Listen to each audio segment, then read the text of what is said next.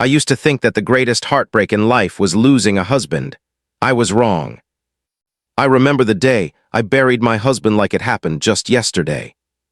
The rain had soaked through my blackout day, and my hands trembled not because of the cold, but because of the weight of knowing I'd have to raise our 3 children alone. I was 39 then, too young to be a widow, too old to start over, but I didn't complain. I simply folded his shirt for the last time and put away his picture in the drawer next to my bed. Then I got up the next morning and made rice for the children. That became my rhythm for decades, waking before dawn, working till my back ached, and making sure my children had more than I ever did. My eldest son, Min, had dreams of being a businessman. I worked extra hours as a seamstress to buy him his first suit. My second, Lan, had soft hands and a sharp tongue. She always dreamed of a gold shop of her own. I sold my mother's heirloom jade bracelet to help her start. My youngest, Hai, was the quiet one. He barely spoke growing up, but he had a smile that could melt the clouds. When he got accepted to study abroad, I nearly collapsed from joy. I scrubbed floors at night to pay for his plane ticket. I was not a perfect mother, I know that. There were nights I scolded them too harshly or forgot birthdays in the blur of survival. But everything I did for them. And then one day I became unnecessary. It didn't happen all at once. First came the subtle shifts, the way Min answered my calls with short, clipped sentences. How Lan stopped asking how I was, and only called when she needed to borrow something. Hi, my sweet Hi, became a stranger in tailored suits who called me Mom, with the same tone he used with his secretary. Still, I convinced myself it was life. People grow busy, children move on. I told myself not to be a burden. Then came the family meeting. They asked me to sit in the living room of Min's spacious house, where everything smelled of new leather and imported candles. I still remember the way the air conditioning made my skin itch. They had printed documents on the table, charts, schedules, budgets. Lan had even prepared a slideshow. It was all very efficient, very modern. They said they were worried about me. They loved me but were concerned about the logistics of care. They had lives, families, careers. I understood, of course I did. I smiled and nodded like the woman they had always known, quiet, agreeable, undemanding. They divided me like an old piece of furniture, 2 weeks with Min, 10 days with Lan, a few weeks with Hai when he could make it back from abroad. And then someone said, almost as an afterthought, that perhaps a retirement home would be better, more stable, more professional. I don't remember which one of them said it. Perhaps they all did, or perhaps no one said it out loud, but the silence between their words made it clear enough. That night, I packed my things without a word. Min offered to call a driver, but I told him I preferred the bus. He handed me an envelope with some money in it. I thanked him. It felt like being paid to disappear. At the retirement home, the nurse showed me to my room. It was small, clean, impersonal. The bed was too soft. The walls were a dull cream. There was a window facing a fence, and beyond that, the road. Every morning, I sat by that window with a cup of weak tea and watched the traffic go by. Sometimes, I imagined I saw one of them. A familiar car, a figure that resembled Hai's stride, a woman with Lan's hairstyle, but it was never them. Months passed, then years. I grew used to the silence. I made friends with a few other women, quiet, forgotten shadows like myself. We rarely talked about our families. When we did, we lied, told stories of visits and phone calls that never came. One woman, Auntie Bitch, used to laugh and say, "They'll remember us when they need something." I laughed with her, but deep down I prayed she was wrong. On my 70th birthday, the staff brought a small cake. No calls, no letters, no children. I sat by the window and lit the candle myself.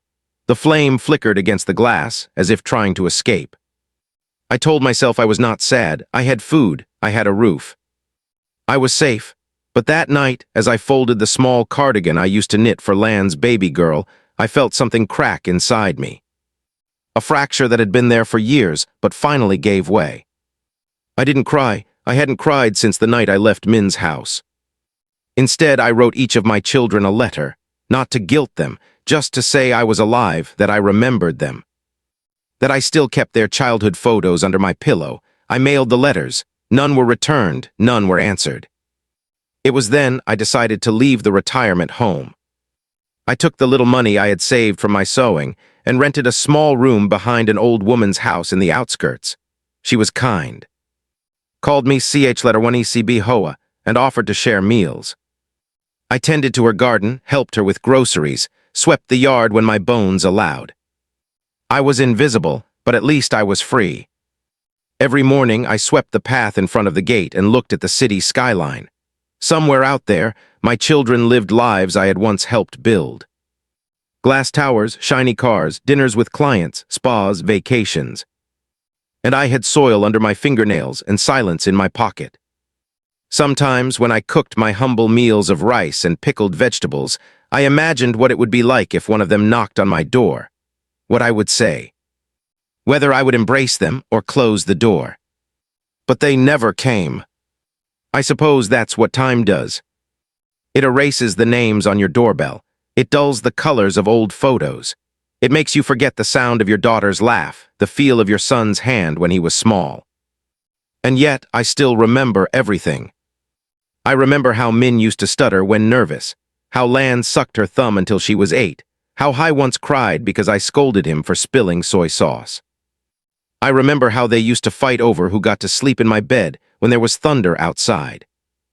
I remember the warmth of their bodies pressed against mine under the mosquito net, how I would hum lullabies until their breathing slowed. I gave them my body, my youth, my dreams. And in the end, I became an inconvenience. I used to think the greatest heartbreak was losing a husband. But now I know, it is being erased by the very lives you helped create. The quiet became a second skin. After I moved into that small back room behind Aunt Lan's house on the edge of the city, life settled into a rhythm so slow and muted. I sometimes wondered if I was still part of the world or merely drifting beside it.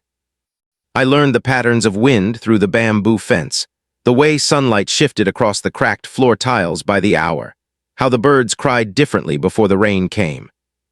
There were no appointments, no obligations, no expectations, just days like soft chalk fading before I could grasp them. I told myself I was content. The money I had left wasn't much, but it was enough. I cooked small meals, rice with sesame salt or porridge with a piece of pickled mustard root. Sometimes a neighbor gave me sweet potatoes or bananas. Sometimes, when I had a few extra bills, I bought pork belly and stretched it out across 3 days. I had a habit of boiling water twice even when it wasn't necessary. Some leftover instinct from years of caring, preserving, being careful with what little we had. I no longer stitched professionally, but I still mended clothes. A torn hem here, a loose button there. People in the neighborhood learned I was the old lady who sewed quietly and never asked for much. They respected my silence. Left bags of mending at the gate with small notes and a few folded bills tucked inside. I never raised my price, never asked for more. I was afraid, perhaps, that if I asked too much, they'd stop coming. And in truth, I wanted something to keep my hands busy. The silence inside a room grows sharp if your fingers aren't moving. The room I lived in was no bigger than a storage closet, but I lined its walls with memories. Old photographs I had saved over the years, yellowed and curling at the corners. Min in his elementary school uniform, clenching his first-place certificate. Lan on her 12th birthday, a crown of plastic flowers on her head. Hai with his chubby cheeks, arms flung around my waist like I was the whole world. I didn't have a mirror, not a proper one, just a small piece of glass salvaged from a broken frame. But that was enough. Every morning I stared into it, half curious, half disbelieving at the woman I had become. My hair had thinned, silver replacing black in a quiet coup. My skin was like the paper I used to wrap herbs, soft, worn, lined with 1,000 stories. My eyes, once sharp, now held a kind of distant glaze. But they still remembered. They remembered everything. When I could, I took slow walks around the neighborhood. I liked to watch children play. Their laughter was like a balm, even if it sometimes stung. I never approached them. I didn't want to be the strange old woman who lingered too long near the school gate. I just stood by the banyan tree, a plastic bag in one hand, pretending to wait for someone. No one ever came. Holidays were the hardest. During Lunar New Year, when the streets filled with firecrackers, red banners, and the smell of braised pork, I stayed indoors. I cooked a small offering, lit 3 sticks of incense for my husband, and sat alone on the mat, watching the smoke twist toward the ceiling. I never received a call, not even a message. The last time I saw Lan, she had asked me if I even knew how to use a smartphone. I didn't then, I still don't. The old Nokia, I had stopped working years ago. I didn't replace it. There was no one to call, and if anyone wanted to reach me, they knew where to find me. They never did. There were whispers in the wind sometimes. News traveled in strange ways. Someone in the market mentioned that Lan's gold shop had expanded. That she was on television, being interviewed in her fine Audi, speaking about the sacrifices she'd made to get where she was. A man who delivered gas bottles once mentioned Min's company, had started opening international branches. He had seen Min's face in the newspaper, shaking hands with foreign investors, and no one really knew. The last they heard, he had moved to Singapore. Or was it Australia? Either way, he was doing very well. I smiled whenever I heard these things, not out of joy, not out of bitterness, just because it confirmed they were still alive. Sometimes I wondered if they had told anyone about me. Did they say they had a mother? Did they speak of me in the past tense? Or did they say nothing at all? On the shelf beside my sleeping mat, I kept 3 jars, each labeled with their names. In Min's jar, I placed the articles I found about his company. In Lan's, a photo of her shop that someone printed out for me. In Hi's, a crumpled boarding pass he had once given me when we saw him off at the airport. I didn't know why I kept these things. Maybe I was building a museum for a life that no longer remembered me. The seasons turned. During one particularly long rainy week, I fell ill. A fever gripped me and my body shook with chills. I lay curled on the mat for what felt like days. Aunt Lan brought porridge, changed my sheets, sat by my side. She was kind, but she wasn't my child. Her hands were warm, but they didn't carry the same weight. I dreamed during that fever of the house I had once lived in, of the rickety bamboo cot where Min had taken his first steps, of the wooden cabinet where I had kept Lan's birth certificate, of the nights I lay awake, humming to Hi as he wheezed from another bout of bronchitis. When I woke, I cried, quiet tears that slipped past my temples into the pillow. It wasn't death I feared, it was being erased. Not long after, I began writing a journal, not for publication, not for legacy, just to leave something behind, a record, a whisper. I wrote about the births of my children, about the smell of their hair when they were newborns, about the way they cried differently, how each of them had a favorite meal, a secret fear, a unique way of folding their arms when annoyed. I wrote about how Min once broke his wrist trying to climb a tree, and how Lan fainted at her first period. How Hai used to draw monsters on the back of his school notebooks and hide them because he thought they were too ugly. I wrote about the day they sent me away, not in anger, just as a fact. I didn't blame them, I couldn't. That's the strange thing about motherhood, it survives beyond logic. It forgives what should not be forgiven. It loves past the edges of sense. I watched other women in the neighborhood, some were mothers too. They had visitors, sons with fruit baskets, daughters with laughter. I watched them leave with their arms full of gifts and their eyes full of memories. I was happy for them, truly. But inside, I sometimes asked, what did I do wrong? Was I too quiet, too lenient, too patient? Did they mistake my silence for weakness? Did they forget because I let them forget? There is no manual for raising children. I did my best with what I had, and yet sometimes it feels like I planted a tree, watered it daily, shielded it from storms, only to have it grow and cast its shadow elsewhere. The neighborhood began to change. New buildings rose where gardens once stood. People moved. Aunt Lan passed away in her sleep one night, a soft farewell with no ceremony. Her children came, packed her things, sold the house. I had to move again. I found a smaller place, just a tiny room above a general store with one window that faced a brick wall. It was enough.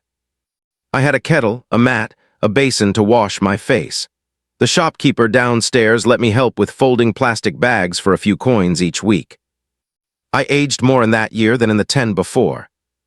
My knees stiffened, my eyesight dimmed, but my memory stayed sharp. I could still see Min's little hands clumsily tying his shoes, still hear Lan's laugh echoing through the alley, still feel the warmth of Hai's forehead against mine during the nights he ran a fever. They lived on inside me, even if I had long vanished from their lives. And so I continued, quietly unseen, alive. In silence. Would you like me to continue with part 3 next? The year I turned 75, something changed. It wasn't dramatic, not the kind of shift you read about in books. There were no lightning strikes, no prophetic dreams, no visitors in the night. Just a moment, a quiet moment, when the world that had so thoroughly forgotten me suddenly remembered. It began with whispers, not the kind that creep through hallways, but the kind that fall from newspapers into trembling hands. The kind that carry in the breeze between neighbors standing by shop fronts. A name mentioned, a story exchanged. A detail that caught my attention like a thorn. Mint. I hadn't heard that name spoken aloud by anyone but myself in nearly a decade. But there it was, printed in black ink on the back page of an old newspaper that someone had used to wrap a bundle of morning greens. The article was brief, a business column no more than 3 paragraphs long. It spoke of mismanagement, layoffs, pending lawsuits. Something about foreign investors pulling out. There was a photo, too grainy small, but I knew that face, that tight-lipped smile, that tailored suit. I pressed the paper flat and read it again. Not because I wanted to gloat, not because I felt vindicated, but because it didn't make sense. Min had always been the strong one. The practical one. The boy who fixed things around the house without being asked, who memorized multiplication tables before the others. He had ambition in his bones. I knew it from the way he folded his school books, precise, unwrinkled, as if even disorder offended him. And now failure. That word didn't fit beside his name. Still, I kept the article, folded it gently, and tucked it into the glass jar labeled with his name. Then I lit a small stick of incense and stood in silence, unsure if it was prayer or mourning. The following week brought more whispers. At the market, 2 women were huddled near the tofu stall. One mentioned a gold shop that had closed without warning. Something about fraud, about unpaid loans. I froze mid-step, my breath caught in my throat before I even heard the name. Lan. It was too much of a coincidence. Later, I confirmed it. Another discarded flyer. Another article, this time detailing an investigation into unpaid taxes and debts racked up under her business name. There was mention of legal proceedings, frozen accounts, scandal. My daughter, so polished, so poised, reduced to a headline. I tried to make sense of it. I remembered the pride in her voice the day she opened her first shop. How she had held the keys like they were made of gold, even though I was the one who pawned my mother's jade bracelet to get them for her. She had been proud but also dismissive. I was never invited to the grand opening. I only saw the photos later, passed to me by a neighbor who clipped them from a fashion magazine. And now disgrace. I didn't feel triumphant. I didn't feel anything, just a numbness like snow settling where sunlight once lived. Then came the final blow. Hai. He was the last one I thought would fall, my quiet boy, my distant star. It was dusk when I overheard 2 young men discussing the news. I wasn't eavesdropping. I had merely paused beside the tea stall to rest my legs. But I heard the words, immigration issues, bankruptcy, mental breakdown. They spoke casually, not knowing the tremor those words stirred inside me. They were talking about a man named Hai, young entrepreneur, once celebrated for his tech startup, now vanished after a string of failed ventures abroad. Some said he was hiding from creditors. Others claimed he was in rehab. I didn't sleep that night. I lay curled on my mat, staring at the ceiling, trying to connect the dots of 3 fallen stars. Once they had burned so brightly. Now they were fragments, charred, scattered, dimmed beyond recognition. A week later, Min arrived at my door. No warning, no letter. Just a knock, tentative, soft, like someone unsure of their welcome. I opened the door and stared into a face I hadn't seen in nearly 12 years. He looked older, of course. More tired than I'd ever imagined. His hair had thinned, and the arrogance that once sat in the corners of his mouth was gone. In its place, something softer, something ashamed. I didn't speak. I simply stepped aside, letting him enter the room that had never been meant for guests. He sat on the edge of the bed, knees together like a schoolboy, his eyes scanning the shelves, the floor, the faded photos. He didn't ask why I lived like this. He didn't comment on the cramped space, the chipped kettle, the scent of mothballs. Instead, he placed a small envelope on the table. I didn't touch it. The silence between us was thick, and in that silence, I remembered everything he had said the day he sent me away. The logical words, the rehearsed justifications, the way he had smiled while explaining that this was for the best. Now he said nothing. Eventually he stood. Without a word, he left. The envelope remained. It contained a few bills. I didn't count them. I returned them to the market the next morning, used it to pay off my rent in advance, and gave the rest to the shopkeeper's daughter to buy school books. The following week, Lan came. She arrived not in a car, not with gifts, but on foot, in shoes scuffed at the toe. She looked thinner than I remembered. Her eyes darted around the room, perhaps hoping it was just a bad dream. She sat in the same spot Min had occupied. She said nothing, but I could see the moisture pooling in the corners of her eyes. She didn't cry. Lan never did. She left behind a box of tea and a scarf. I kept the scarf. Then days later, Hai appeared. He didn't knock. He just stood outside the door, hands buried in his coat pockets, eyes downcast. I opened the door and we stood like that, two strangers shaped by the same history, now reintroduced by ruin. I thought I would feel anger, bitterness, maybe even joy at their fall. But I didn't. I felt weight. The weight of too many years. The weight of love given and never returned. The weight of having been needed only when all other doors had closed. They had come not to visit me but to escape something, to find refuge perhaps, or to relieve guilt.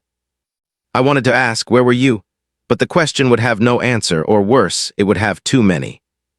They asked nothing of me that day, they merely sat. 3 grown children, once so mighty, now scattered by winds they thought they could control. That night I wrote in my journal. I wrote of how life has a strange symmetry. How those who climb the highest towers sometimes return to the earth, not in flames, but in quiet desperation. How the arms they once pushed away are the very ones they now hope to lean on. But my arms, they were tired. I had held them for so long, in sickness, in grief, in sacrifice. Now I held them in memory only. They returned in the days that followed, not together, but one by one, sometimes bringing fruit, sometimes just stories. I listened, I smiled, I served tea in chipped cups. But something had changed. I was no longer theirs. I had become my own again. It is a strange feeling to be both mother and stranger, to love and not need, to remember and not reach. I did not reject them, but I did not fold them back into the heart that had once bled for them. They would have to find their own way now. The world that had cheered them on had turned its back. Now they had to walk through that same silence they had once left me in. And maybe, just maybe, they would understand. Not what they had done, but what it meant to be forgotten. I used to think that a mother's love was eternal. That it bent but never broke, that it cracked under the weight of disappointment but would never shatter. For most of my life, I lived by that belief, sacrificed for it, swallowed every humiliation in its name, waited years in silence to prove it true. But silence has a way of becoming a mirror. And one day, I looked into that mirror and saw not a mother clinging to her children, but a woman who had spent too long pretending she didn't bleed. It wasn't anger that changed me. Anger is hot, sharp, and fleeting. What I felt was colder, older. It came like a fog that dulled the edges of memory, like a final winter settling in the bones. A kind of wisdom, perhaps, or something closer to resignation. After they each returned, Min first, then Lan, then Hai, they began to visit more regularly. At first I thought it was guilt. Then I realized it was something far more human, need, not emotional need, but survival. Min had lost his company. The lawsuits were not just threats, they were coming for his home, his assets, his name. I read about it in the papers, but I didn't tell him that. He brought me news as if I didn't already know. I let him speak. I let him hold the illusion that he was still in control of how I received the truth. Lan had shut down all her stores. The debts were deep, and her name had become a cautionary tale. The same magazines that once praised her elegance now dissected her downfall like vultures feasting on the bones of a fallen animal. And he didn't speak of what happened abroad, but I saw it in the way his hands trembled, in the way he flinched when a motorbike backfired in the street. I saw it in the unshaven jaw, the faded bruises half hidden by his collar. The boy who once whispered to me about stars and computer codes now sat in my room like a man without orbit. They didn't ask to move in, not outright. But they lingered, stayed longer with each visit, sometimes slept on the mat beside mine, sometimes washed dishes that weren't theirs. Sometimes rearranged the room without asking, trying to make space for themselves in a life they had erased long ago. And what did I do? I let them. At first, because some part of me, still soft and foolish, believed this was reconciliation, believed we were finally becoming a family again, believed the years of silence had not been in vain. But slowly, I began to see the truth. They had not come back for me. They had come back for shelter, for anonymity, for refuge from a world that no longer applauded them. The world that had once clapped when they rose now turned away as they fell. And in that rejection, they remembered me, not as a mother, but as a place, a corner of the world that still owed them something. The illusion shattered one morning when I returned from the market and found Min on my phone, speaking to someone in English, his voice tight and defensive. He didn't notice me, or maybe he didn't care. I heard him say he was temporarily staying with an elder as if I were a stranger on a rental app. An elder. Not my mother, not even a relative. An elder. That word rang in my ears like the final nail in a coffin. That was what I had become. A footnote, a placeholder, a shadow with a kettle and a roof. I waited until he left, then sat at the edge of the bed and stared at the blank wall in front of me. A wall I had once covered in their baby photos, their school awards, their crayon drawings. I took them all down, one by one, folded each with care, not out of anger, but to make space for myself.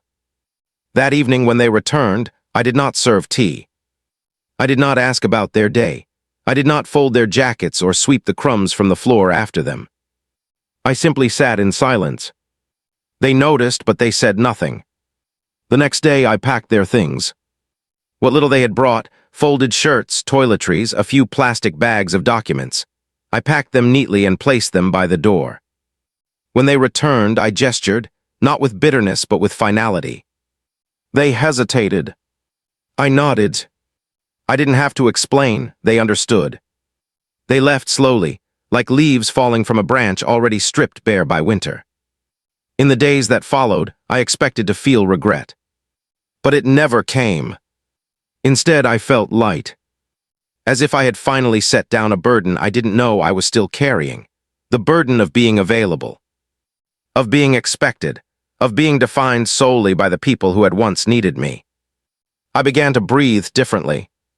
I bought a new mat, rearranged the furniture. Opened the windows wider. I no longer waited for the sound of footsteps on the stairs.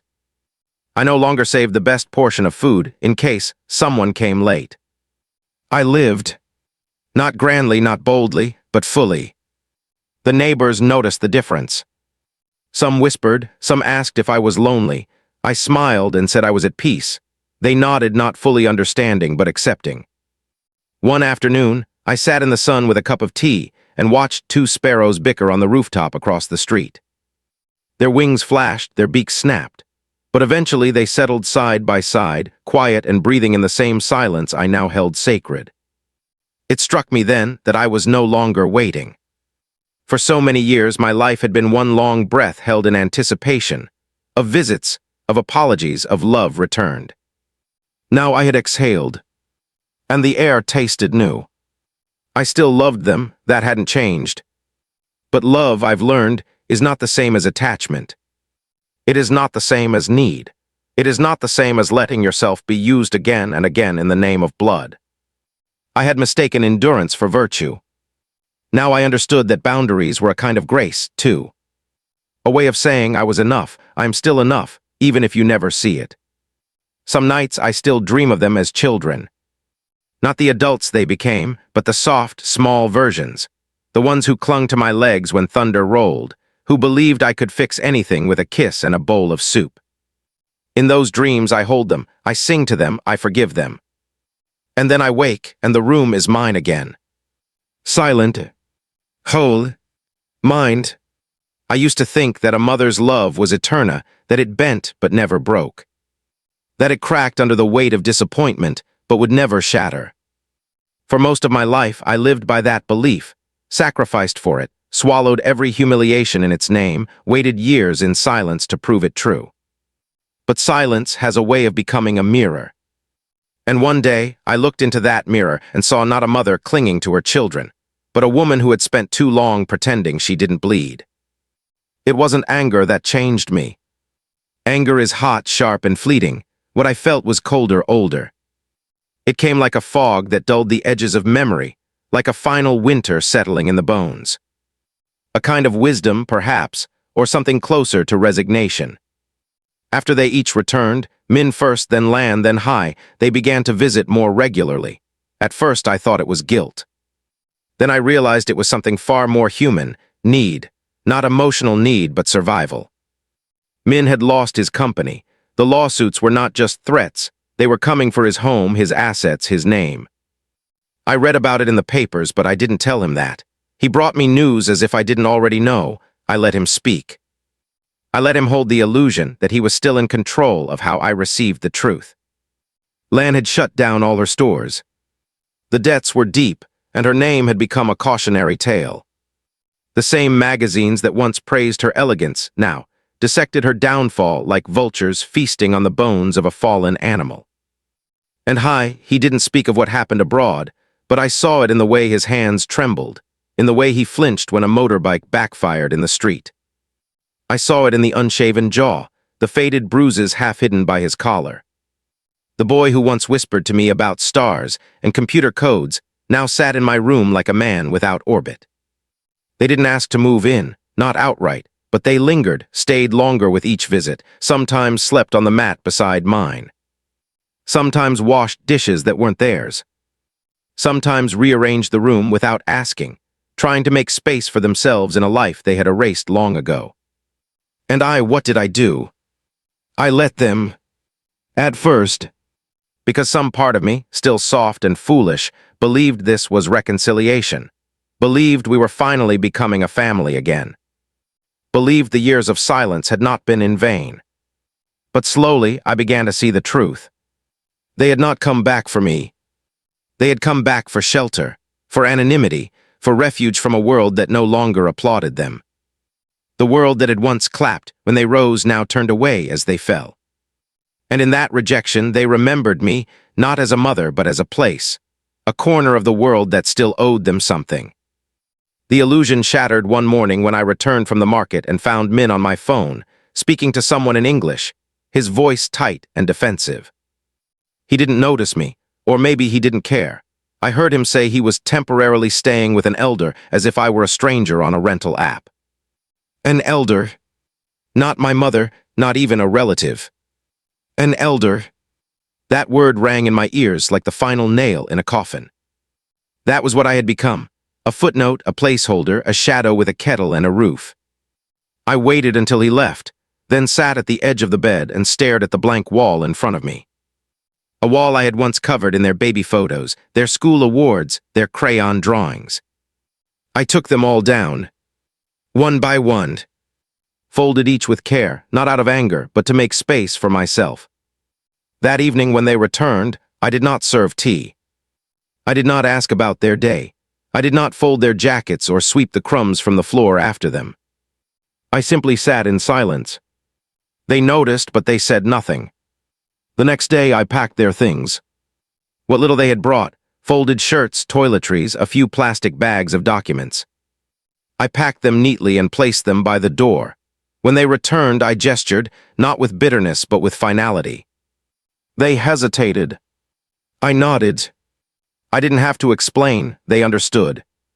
They left slowly, like leaves falling from a branch already stripped bare by winter. In the days that followed, I expected to feel regret. But it never came.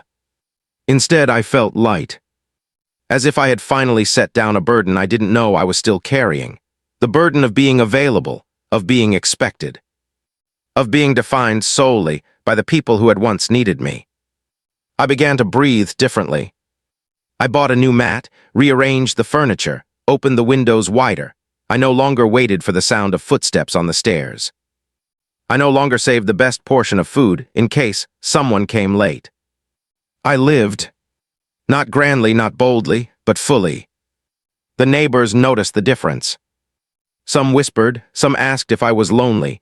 I smiled and said I was at peace. They nodded, not fully understanding, but accepting. One afternoon, I sat in the sun with a cup of tea and watched two sparrows bicker on the rooftop across the street.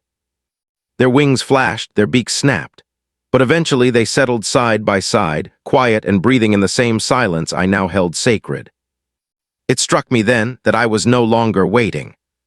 For so many years, my life had been one long breath held in anticipation, of visits, of apologies, of love returned. Now I had exhaled, and the air tasted new. I still loved them, that hadn't changed. But love, I've learned, is not the same as attachment. It is not the same as need. It is not the same as letting yourself be used again and again in the name of blood. I had mistaken endurance for virtue. Now I understood that boundaries were a kind of grace, too. A way of saying I was enough, I'm still enough, even if you never see it. Some nights I still dream of them as children. Not the adults they became, but the soft, small versions, the ones who clung to my legs when thunder rolled. Who believed I could fix anything with a kiss and a bowl of soup. In those dreams I hold them, I sing to them, I forgive them. And then I wake, and the room is mine again. Silent, whole, min. It has always fascinated me, how people return to what they abandon when the world no longer holds them up. I used to think my children were different, that they had built lives too vast, too decorated, too successful to ever need the arms they once pushed away. But when the walls they constructed began to crumble, it was the mother they cast aside that they came searching for. They returned to me after the world had shut its doors on them, and in their return I saw not humility, not love reborn, but panic. A scrambling desperation dressed in soft apologies and small offerings. Not because they missed me, but because they had nowhere else to go. And perhaps most painfully, because they assumed I would still be standing where they left me.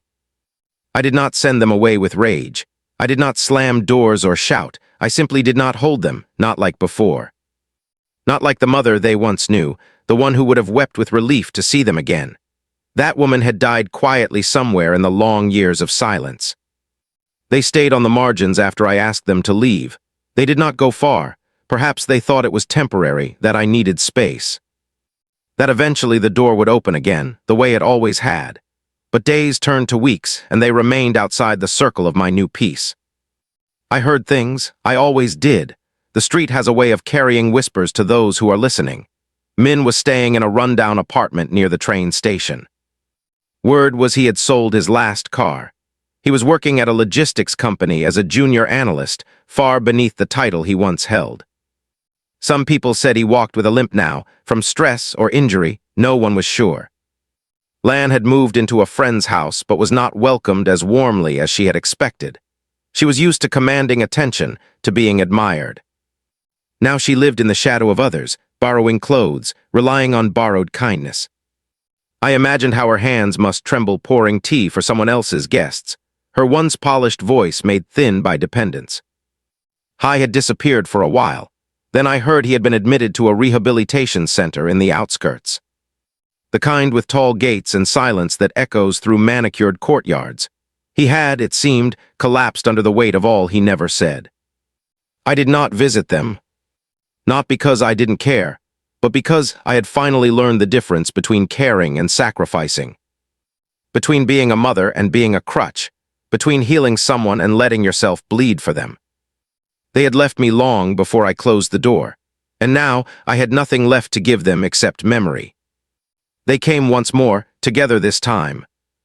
It was dusk, and I had just finished folding the laundry. The knock was soft but insistent. When I opened the door, they stood side by side, no longer proud, no longer masked. Just three people who had finally found the bottom of something they thought they could always rise above. Min spoke first. I don't know what he said.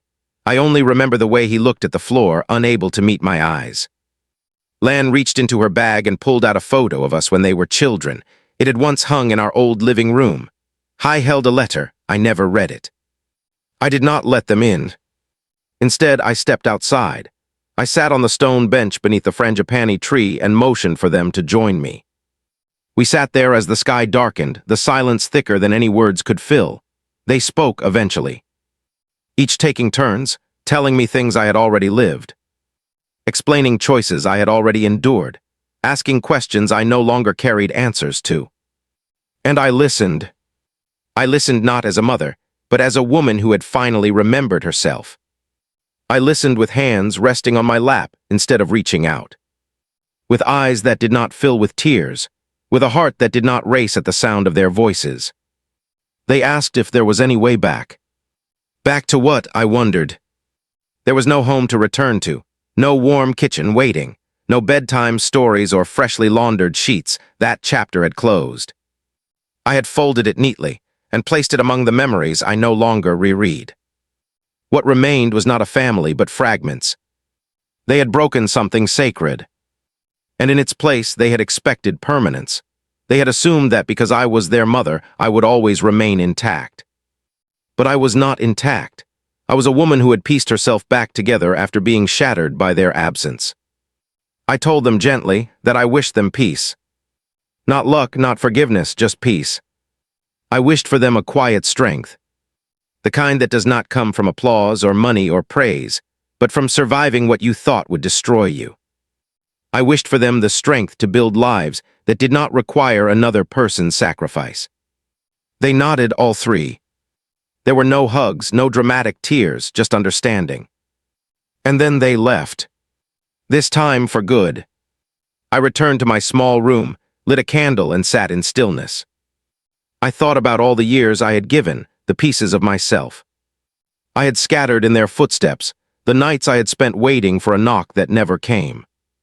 And I felt no bitterness, only freedom, because now I knew. I was no longer the mother they leaned on. I was the woman who had finally leaned on herself. Color in the months that followed their final visit, the days stretched out like golden threads, soft and unbroken. There was a stillness to life now, not the kind born of emptiness, but of release. I had no more waiting left in me. No more longing. The ache that had once lived in my chest had softened into something gentler, a quiet acceptance of what was and what would never be again. I continued to live simply. The garden behind the house grew wild with herbs and creeping flowers. I let it be untamed. Let it take the shape it wanted, because I, too, had finally stopped trying to prune myself into someone else's shape. The women in the neighborhood often invited me to join their morning walks. I went sometimes, not for conversation, but for the rhythm of footsteps beside mine. They spoke of their children, their grandchildren, their gossip and ailments. I listened, smiling when needed, but rarely offering my own stories. My life, I had learned, was best held quietly. One morning, a young woman came to my door. Her name was Leon. She had moved into the alley with her husband and baby, and word had traveled that I knew how to sew. She brought a tiny shirt with a torn sleeve and asked if I could help. I did. She returned the next day with more clothes. Then the next week with a pot of soup. Then again with her son, who waddled around the courtyard while she helped me water the plants. It was not friendship in the conventional sense. It was something softer, a mutual respect between women who knew that healing did not always come with noise. Leon asked me once if I had children. I told her yes. She asked if they visited. I said no. She said nothing more. But the next time she came, she brought a scarf she had crocheted for me. It was the wrong for my skin, far too bright, but I wore it anyway. The seasons turned again. I turned 78. I marked the day by sweeping the house, boiling sweet rice, and lighting incense for my husband. I sat by the window and watched the neighborhood shift with the wind, vendors calling out, children running barefoot, scooters passing in a rush of dust and laughter.